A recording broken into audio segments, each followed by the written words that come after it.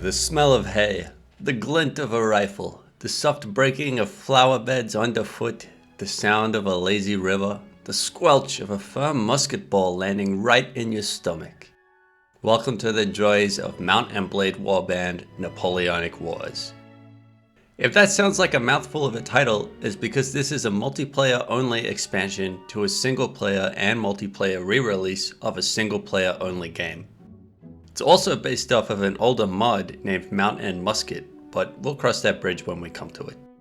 You're probably aware of the Mount and Blade series. Maybe you've played it, or maybe you've seen this face before. If you're new, Mount and Blade is an indie franchise by a company called Tale Worlds. It's about the rise of a noble family in a fictional feudal continent. The series is notable for mixing a large-scale, real-time RPG with a first-person military simulation. Oh, and did I mention the troop count in the base game is somewhere around 500? That's a pretty big game. So, Hadja the Horrible can take his wife to the tavern to sell slaves in the morning, have a stake in the prize pool at the local tournament around lunchtime, and then beat back the nosy neighbors before dinner. The name of the game is Simulation and Size. It received a re-release in 2010 that added a new faction, more political functions, and a multiplayer mode. As of today, it's the definitive way to play the game, and it goes on sale frequently. If you enjoy games like Civilization or Total War, but always wished you could be one of the little guys, then this is the game for you. There have been a few expansions that failed to capture the same magic, but in 2012, a new team was outsourced to create the Napoleonic Wars expansion based on their mod, Mount and Musket, and the world never looked back. So everyone welcome Marshman's gay slink man. Bunch of naked men. Oh my god, good shot. There's a bunch of random flags. Oh god. I killed the Bipolar Express. I'm jumping, everyone! I'm jumping! Is that? Oh, you shit, Slick Man! Keep moving. First off, you'll need to own Warband and Napoleonic Wars, which is about $30 all told. Some people on Steam seem to have had trouble running it, but in my experience, almost any computer can run this game. There was a single player campaign planned for this expansion, but as it stands, you'll have offline battles and online multiplayer. There's a good variety of class-based game modes for any player count. Deathmatch, Team Deathmatch, and Siege are all as you'd expect. Guns only hold one shot and need to be reloaded, and melee weapons use a directional system to channel attacks and blocks. I really enjoyed my time on Siege servers. Castle defense formats always have an inherent flow and strategy that makes them easy to pick up and enjoy without requiring too much skill. It's like someone made a War and Peace mod for Team Fortress 2. You even have the same toxic chat, it's great. But if firing a gun is too complex for you, then there's Commander Battle. Commander Battle is the bread and butter format, and it's what I find myself playing when I drop in for a casual game. You and each player on your team each command a division of computer-controlled soldiers. It's all about positioning. Put your troops on high ground, outmaneuver your opponents, and be wary of each troop type's effective range.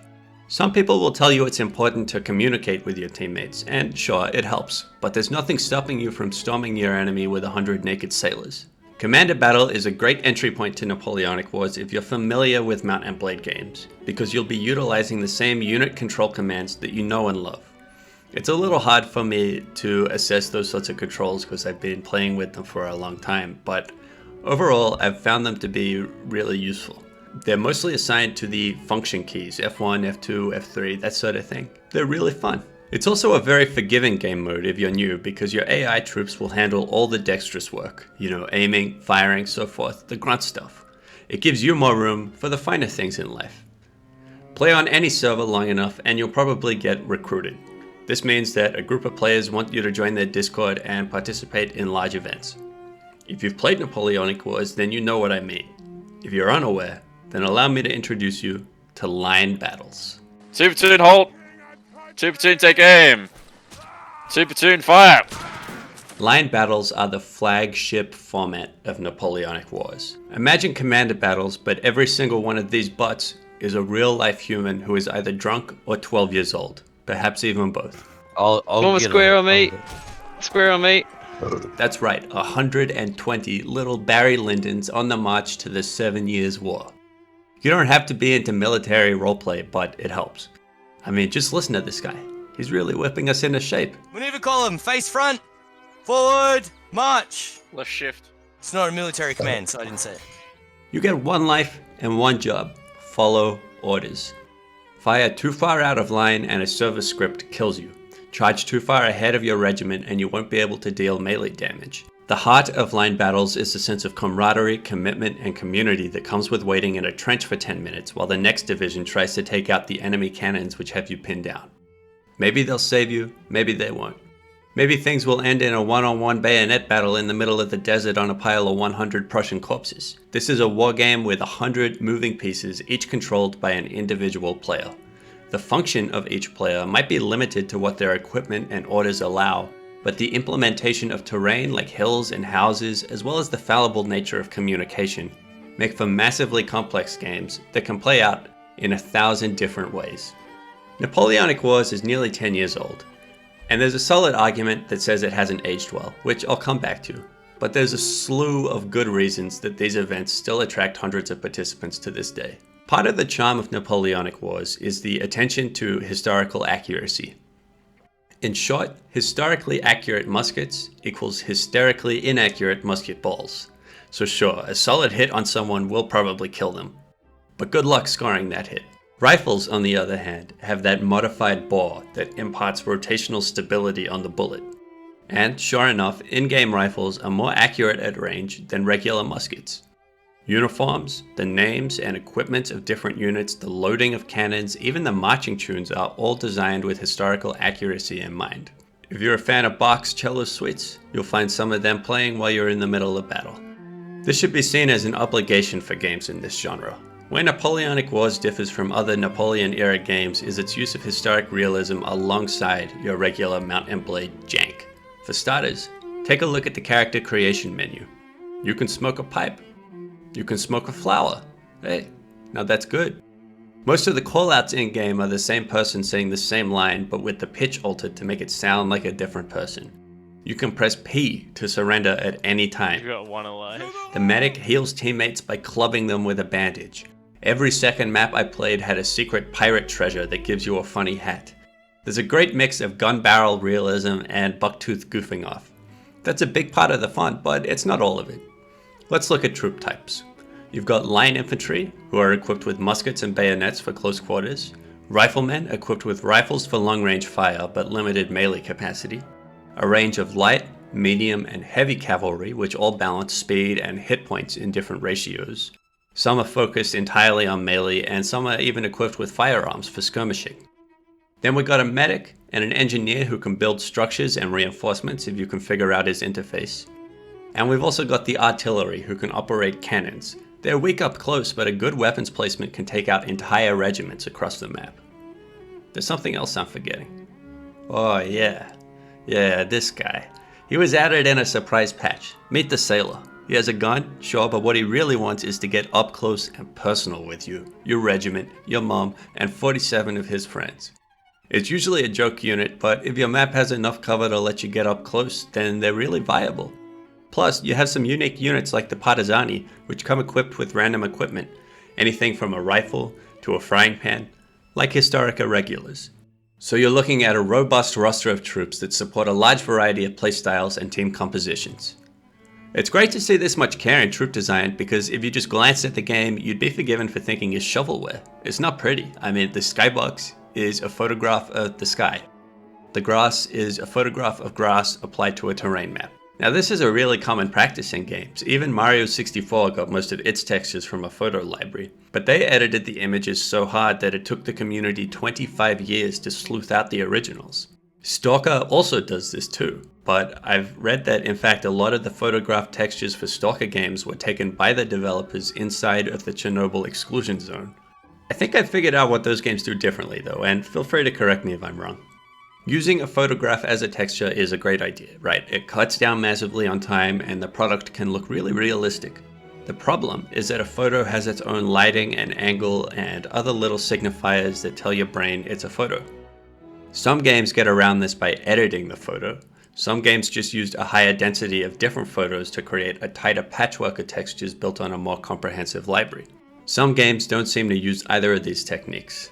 If I had to guess, I would say that it's just a photo somebody took or found in a library and then just put straight in.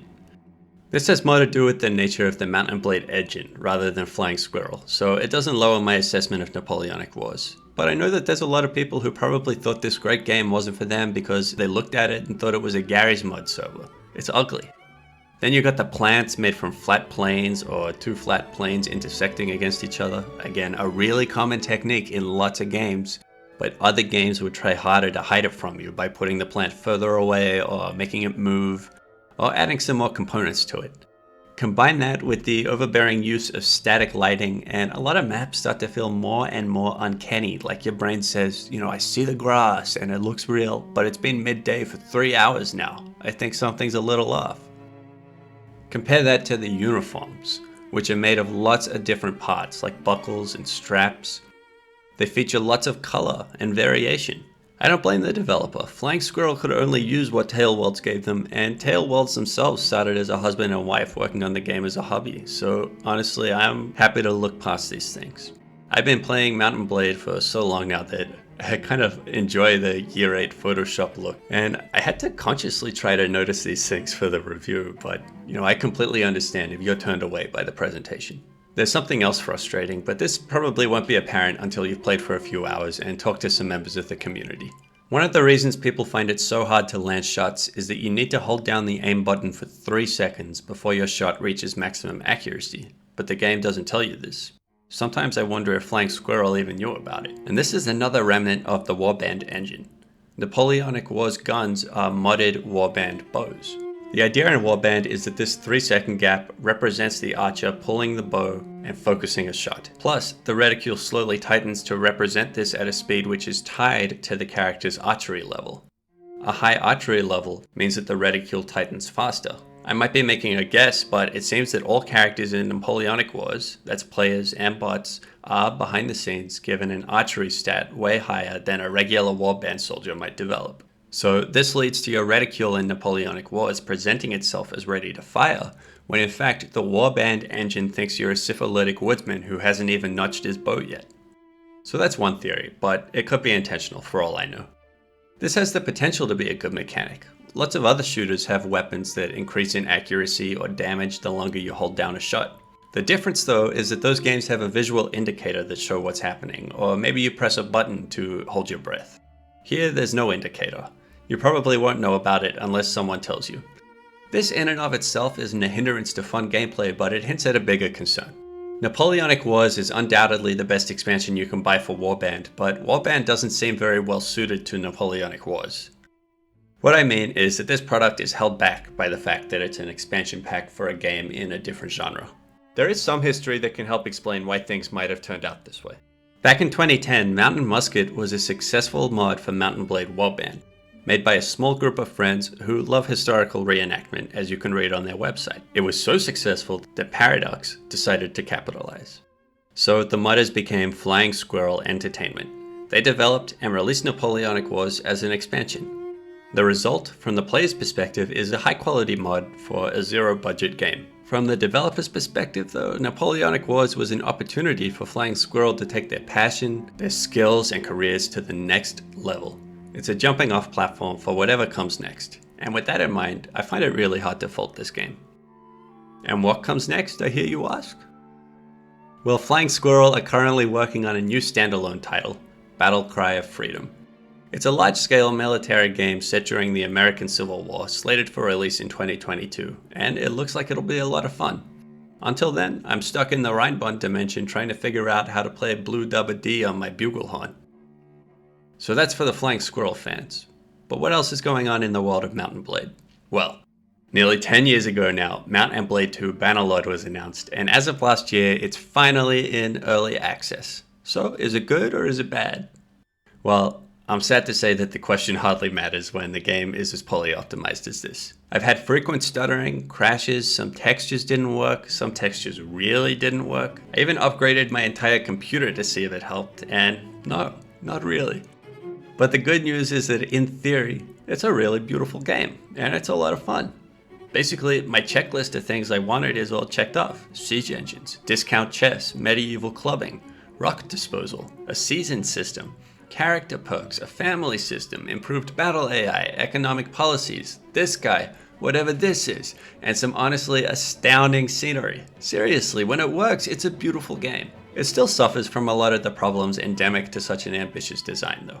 For instance, characters all feel the same, quests all feel the same. In fact, if you put as many hours into this game as it wants you to, then sooner or later your whole campaign will become a sea of triumphs and defeats hardly distinguishable from each other. I think that these are problems which seem to arise from making a game so large in size without hand-tailoring every NPC and quest. They're just side effects of the design model, and you can see an awareness of that. NPCs, again, they draw their traits from a list of possible personality types, which works at first, but over time, you start to notice the patterns, you start to see the cracks. The best thing I can say about it is that the game requires you to take an active part in changing the political landscape around you.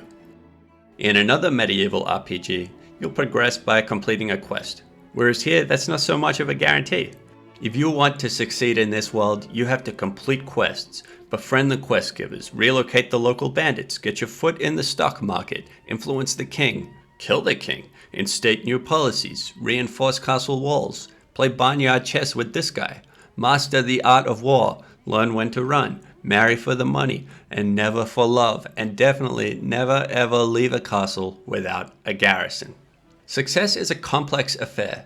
You might want to be rich, but prices can change. You might want to be famous, but heroic acts give diminishing returns and you'll need to up your game each time. Hypothetically, Bannerlord might be the best game ever made, but that didn't stop me from uninstalling it. If you're interested, I'd recommend waiting a while before you buy it.